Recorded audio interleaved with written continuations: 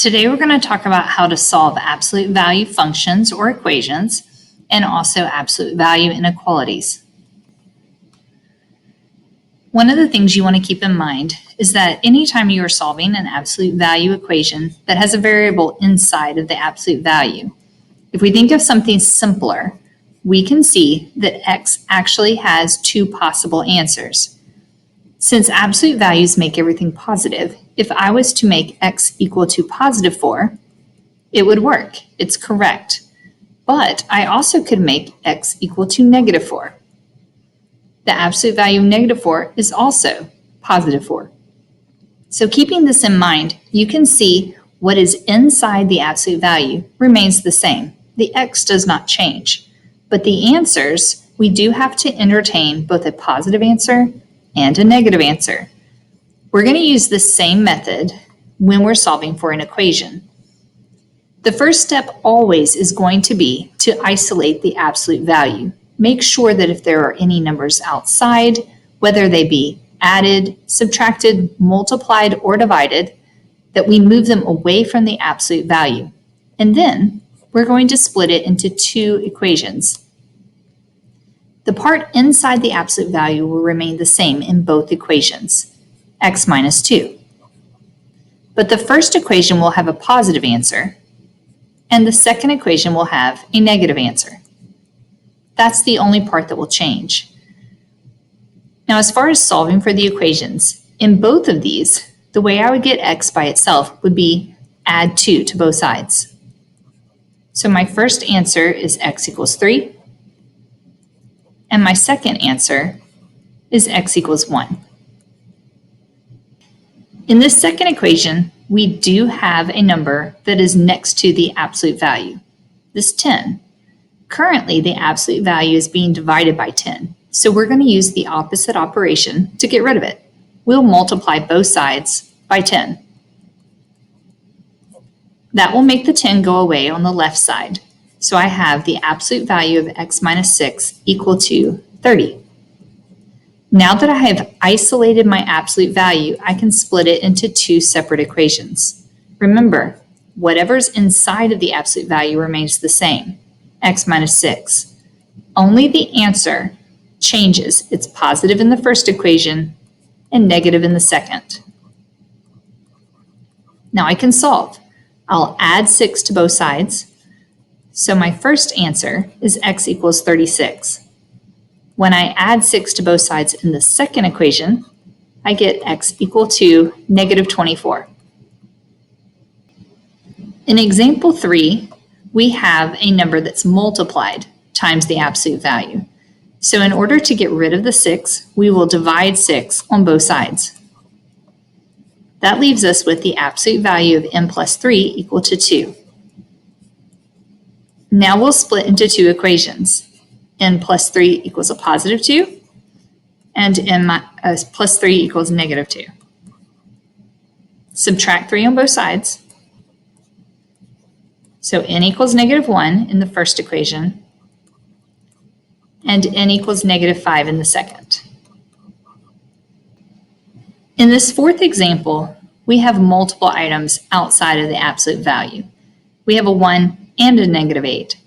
One of the things that I tell my classes to do is to peel the onion, to work on those outer layers first, and then deal with the things that are closest to the variable, or in this case, the absolute value. So we're going to get rid of the 1 first. How do I know how to get rid of it? Look in front of it. It's a positive 1. If I need to move a positive 1 to the other side, I'm going to use its opposite, negative 1.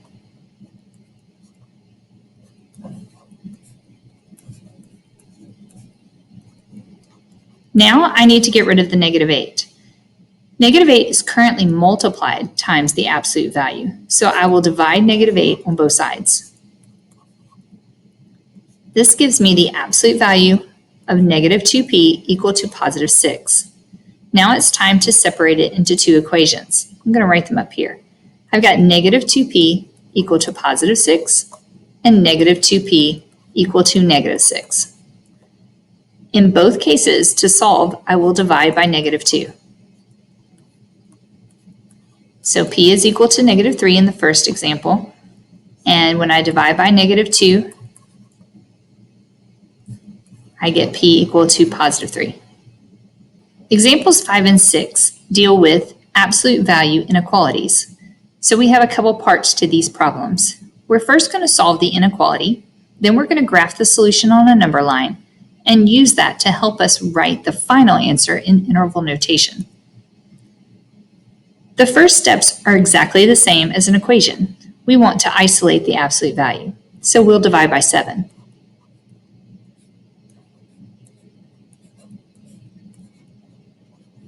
Now we'll split it into two equations. This is going to be very similar also. Whatever's inside of the absolute value stays the same. The first equation will be positive, and you'll notice that the inequality remains the same. On the negative side, we have n plus v, and we have a -3. The inequality is going to flip on the equation that has the negative answer. Now we'll solve. If I subtract 9 in the first equation, I have v is less than or equal to -6. When I subtract 9 in the second equation, I get v is greater than or equal to -12. Now, let's put this on a number line and take a look at it.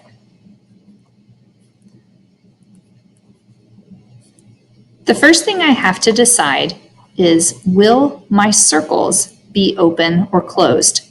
This is based on the inequality. Since both of these are equal to, both of these circles will be closed. Now we have to look at the shading. Make sure when you read an inequality, you always read it from the variable. This says that v is less than or equal to -6. Less means that we're shading left of -6. This inequality says that v is greater than or equal to -12. Greater than means that we're going to shade to the right of -12.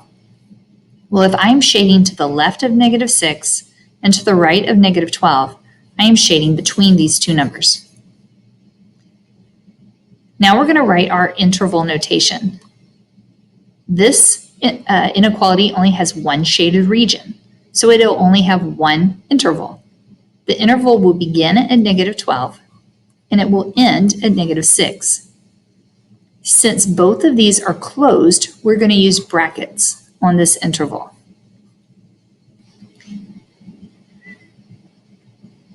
In this final example, I've got a number line that was provided. Sometimes they do that and sometimes they don't.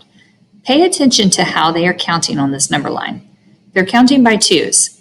So as you solve and put your answers onto the number line, make sure that you do it appropriately. In this problem, we're going to start off by subtracting 6. When I do that, I get the absolute value of a divided by 3 is greater than 3. Now I can split into two equations. The first one will be a divided by 3 is greater than 3, and the second will be a divided by 3 is less than -3. To solve both of these, I will multiply by 3. So my first answer is a is greater than 9, and my second is a is less than -9. Since they're counting by 2s, 9 is going to be approximately here. What kind of circles will I put at -9 and at +9? These are both going to be open because they are not equal to. Now, as far as the shading, this says that a is greater than 9. That means that we need to shade to the right of +9. And this inequality says that a is less than -9. Less means that we need to shade to the left of -9. Since this inequality has two shaded regions, I'm going to have two intervals in my answer. Remember, these arrows mean that it continues infinitely. So we do have -infinity on the left side of the number line and positive on the right hand. So this interval begins at -infinity and continues to -9. Infinities always have parentheses, and since this is an open circle, it will have parentheses also. The second interval begins at 9 and continues to positive infinity. Again, both sides have parentheses.